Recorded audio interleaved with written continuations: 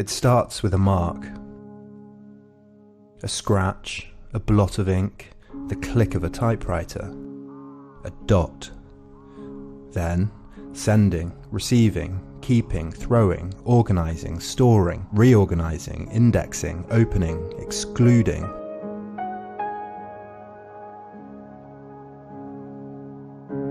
Historians fetishise them, romanticise them, become seduced by them.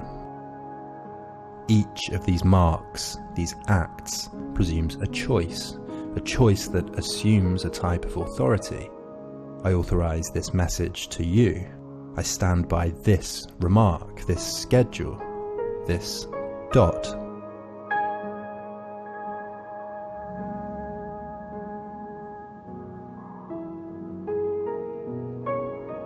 It marks a beginning or an ending.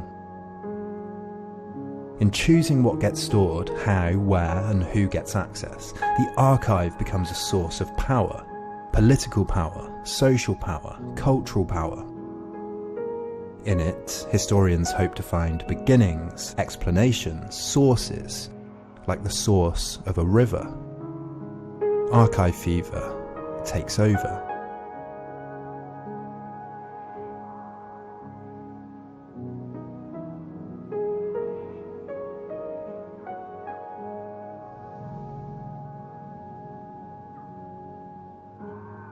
In his text Archive Fever, the French philosopher Jacques Derrida sees similarities between psychoanalysis and the archive, between the human mind and the archive.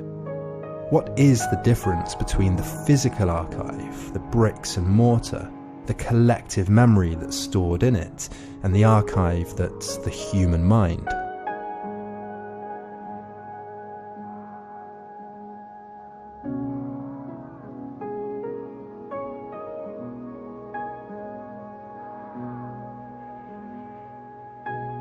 It starts with a mark. A neuron firing, a photon hitting a retina, a wave being absorbed by an eardrum. Then, sending, receiving, keeping, throwing, organising, storing, reorganising, indexing. Some memories are forgotten, lost, organised poorly. Some get repressed. Some thoughts are allowed, others are not. Which thoughts?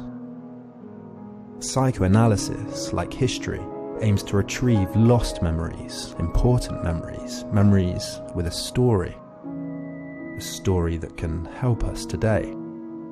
The history of the archive is the history of recording, but for every recording there is also a loss, something not included, an absence.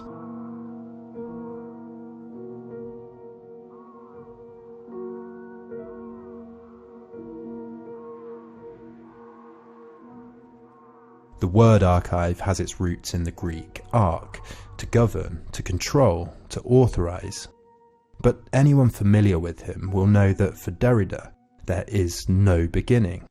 The mark is not just a mark. It starts with a mark, but it doesn't start with a mark. It starts before the mark. There's always before, the preceding thought, the thought of the other, the thought that must be understood to understand this thought. And what does the mark mean? The mark contains a trace of other marks. To understand this, you must understand that, and to understand that, you have to understand this. The parallels between the archive and psychoanalysis are in the desire to recover moments of inception, beginnings and origins which, in a deluded way, we think might be some kind of truth. These governed marks are visible in each drawer, but leave spaces through which the historian makes their own mark. Psychoanalysis, for Derrida, should revolutionise the reading of archives through an inquiry of what hides, what's been hidden, what's been chosen, what's not been authorised. The historian Carol Steedman, in her book on the archive, Dust, remarks that nothing starts in the archive, nothing ever at all, though things certainly end up there. You find nothing in the archive but stories caught halfway through, the middle of things, discontinuities. Derrida tells us that arc has its meaning in both commencement and commandment, both a place an original position, a beginning, a source, and a command, an authority, an order, whether that's an order of the human mind or an order of a superior.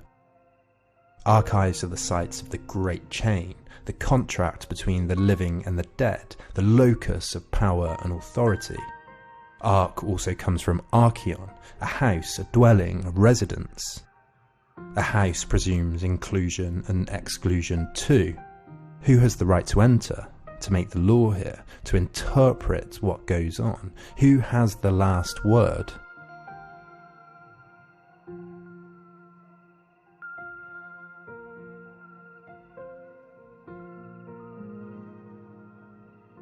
What, Derrida asks, are the relations between the secret and the non-secret, or, and this is not the same thing, between the private and the public, whether they involve property or access rights, publication or reproduction rights, whether they involve classification and putting into order what comes under theory or under private correspondence, for example, what comes under system, under biography or autobiography, under personal or intellectual animus. Freud asks us this: why do we remember? We remember what's useful, what's a warning, what drives us towards death as well as towards pleasure. The mind, like the archive, isn't just the expression of truth, but is a dangerous place. Derrida imagines a Freudian archive, an archive based on Freud's principles, or an archive of Freud, a Freud museum, a Freud library. What's included under the category of Freud, and who says? What belongs in a history of psychoanalysis? The theory? Should we apply psychoanalysis to Freud himself, to what he's left behind, to the choices of his biographers, to the records and their orders? Which private inscriptions belong, and in which archive? In Freud's? In the institution of psychoanalysis? In the institution of psychology? Where's the limit? What's private and public? What of the father? What of what the father taught Freud? And the grandfather? Did they motivate Freud? Does exploring their marks illuminate Freud in new and insightful ways? Help us to understand him?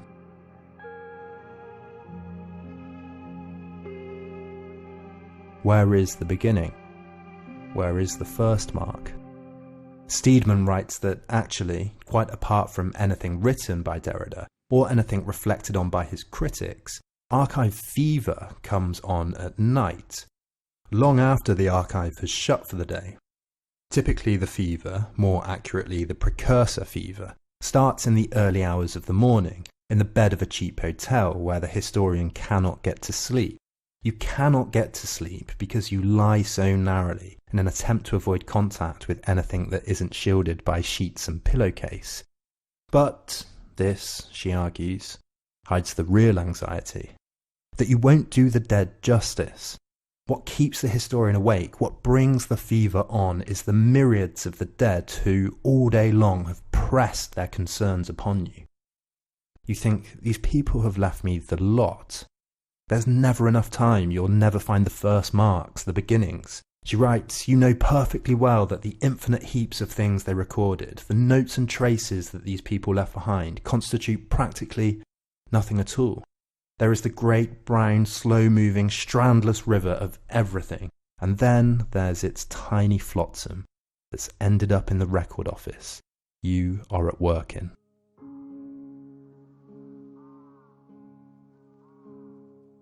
And Steedman has learned from Derrida that texts contain what apparently isn't there at all, that they pull against their overt meaning in their unregarded details, in chains of metaphors, in the footnotes, on all the wider shores of signification that are signalled by punctuation marks, by absences, spaces, the kunai, all working against their overt propositions. And what does an absence mark? An absence can feel physical. A loss, a space between folders, or mental, a space between folders in your mind. In other words, in the archival space we physically and mentally navigate around marks, both left in the room, on paper, in diaries, in journals, and in our mind, and we navigate the space between. working out where our own marks go. And what of the hand that knows its mark will be marked, that knows its mark will be archived? Does it censor itself? Of course, we all censor. Does it only mark that which it thinks is worth marking? No, we mark things we wish could be forgotten too. We remember trauma, those past. We remember pain. The archive then is a negotiation between our own marks, what we wish to mark, to record, to reorganise, and the marks and absences of the marks of those long gone, those that we'll never be able to do justice. Historian Arlette Farge has written that archives are never faithful to reality, nor totally representative of it, but they play their part in this reality, offering differences and alternatives to other possible statements. The perception of the organisation of the archive is neither objective nor subjective, but a synthesis between the receiver and the received that's always unstable, always in play, always moving, always creating a future. Maria Tambucco describes it as a folding, an unfolding and refolding, rhythms, themes, peripheries, repressions, emergences. Farge continues, I also like to think of the archives as an eruption, because eruption suggests an attack, an incursion, or a sudden and unexpected entry or invasion, for it is in this way that the archives come into their own. Why do we hunt through archives? Why do we psychoanalyze? To spark repressed or forgotten thoughts that hinder us, that hold us back, that hurt us. The psychology of the human mind is the politics, psychology and sociology of the archive, transformed into collective memory that guides our future. To psychoanalyze the archive is to engage in this process, to explore through old thoughts, long forgotten, to bring them to the surface, to organize them into something useful, and do the dead justice, to find the return of the repressed.